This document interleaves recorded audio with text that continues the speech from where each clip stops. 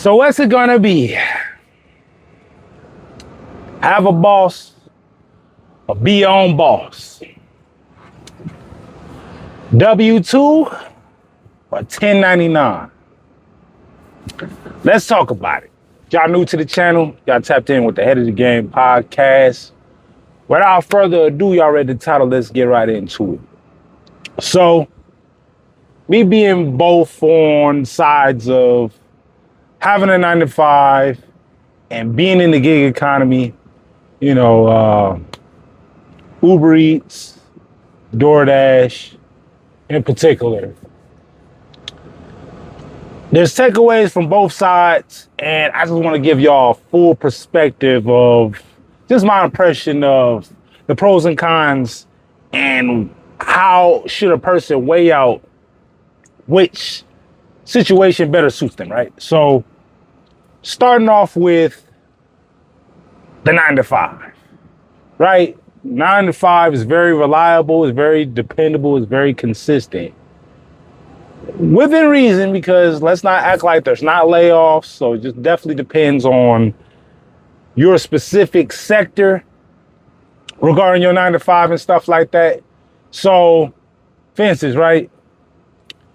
You get a weekly paycheck and you can kind of plan your future out a lot more. It provides a lot more stability. So you're able to kind of like get an indicator of what your future may look like depending on how well the job goes, right?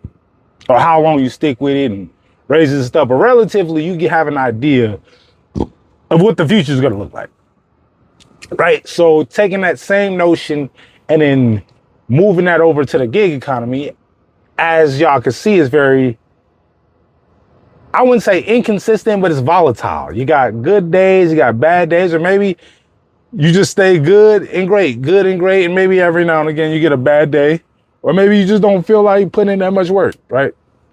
Really depends on your market, your city, the demand, supply and demand. It really just boils down to that. So if you're in a metropolis like LA or, Miami or New York or so on and so forth, where there's a lot of people that like to order out, order takeout and get it delivered to their house, I feel like you're right in that hub where there's a lot of traffic and a lot of transactions. So you can get a piece of that network. You feel me? You can be involved with that, right? And you also gotta know in your market, because I do feel like a gig economy requires more strategy, because you're the one pretty much planning out and laying out your schedule and what's the sweet spot. Like, okay, well, after hours, is that when the buy one gets free starts going on? Or is this area usually hot at a certain day of the week? Or, so you start building up a blueprint and a strategy as far as optimizing your production and what you're producing, at that time that you're doing that. So that's one way of looking at it.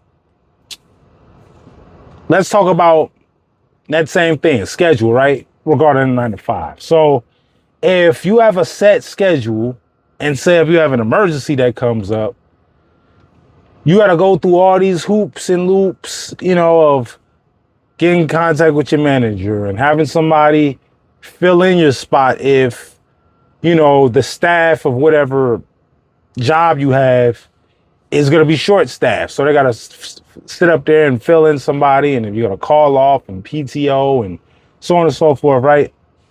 It's a schedule conflict because you're messing up, or you're disrupting. I don't want to say messing up, but you're disrupting the flow of the company. Though emergency is an emergency, right?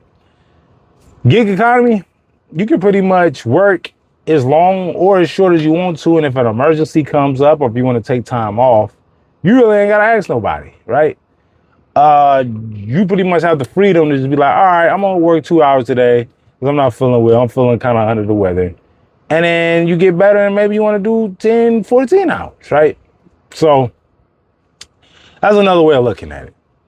Now let's talk about what favors the 9 to 5. So depending on if you got a career or a job, a 9 to 5 is pretty much you're a W-2 worker, right? That's, you know, you can try to color it up all you want. If you're being employed, you work a 9 to 5, right? Now, the perks of working a 9 to 5 is the fact that you're able to have access, depending on the benefits. You know, there's another fellow driver. 401k plan, life insurance, health insurance, PTO, like I mentioned, sick pay or sick time off, which sometimes isn't paid, but it's a luxury of being able to, you know, especially the 401k, dollar for dollar match. That's pretty much that's money on the table right there, right? But that's still a video for another day. The point is that working a 9 to 5, because it's in a more, you know, multi-layered infrastructure, you feel me? There's a lot of incentives for being there for a certain amount of time, right? In comparison to the gig economy, there is no health insurance, there is no 401k, there is no none of that. And then on top of that, if you're using your car, you're putting your asset at a liability because you're putting more wear and tear on your personal vehicle in order to make money. Right now, I get it if, you know, the benefit of being a 1099 is that all the repairs and damages and stuff that you have to replace, you can write that off on your taxes, right? So I'm not going to act like paying for your own stuff, there isn't no benefit to it, because there are benefits and loopholes you can take advantage of, right? But just with that being said, those are, you know, both sides of that, right? Let's talk about, let's see. What else about a 9 to 5 that I could think of? Pretty much, I can say there is a relative cap on your earning potential, right? In comparison to the gig economy, there's really no cap, which could be a good or a bad thing, right? The good thing about it is you can work as however long and you can get all these tips and bonuses and so on and so forth.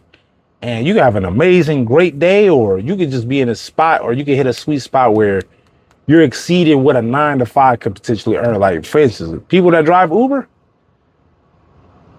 them doing it a certain way could be a career earning level potential opportunity, just because, yeah, there are Uber drivers that make 60, 70, 80, potentially, I mean, 100,000 a year, depending on what area, what market you're at, and, you know, based on your customer service and all those things. So thinking that's important as well.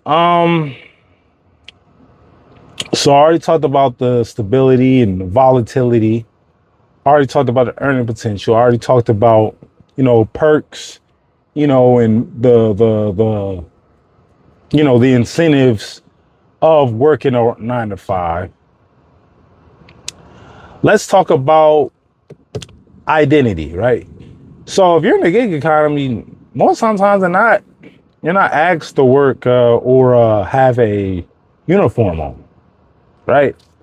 I got a vest on, and this specific profession, I mean, once you get out the yard, you can pretty much just dress how you want. You feel me? But this ain't about truck driving. This is just let's keep the main thing the main thing. More so times than not, in most 9 to 5s, you're gonna have to have a uniform. Let's just keep it a band, right? Whether you're working at Starbucks, Walmart, Target, McDonald's, you're a construction worker, some kind of it is gonna have to be some kind of, you know, uniform. You feel me? You have to put on. The gig economy, you feel me? You could be blinged out, dressed down, dressed up. Whatever you want to do is whatever you want to do. And, you know, it's really at your discretion. Feel me? So I definitely like the luxury of being able to pretty much pull up how I want, work how I want, work how hard I want, work as casual or as not as hard as I want. That's the whole nature of being your own boss. You feel me? But here's another thing, right? That we can compare and contrast regarding this discussion, right?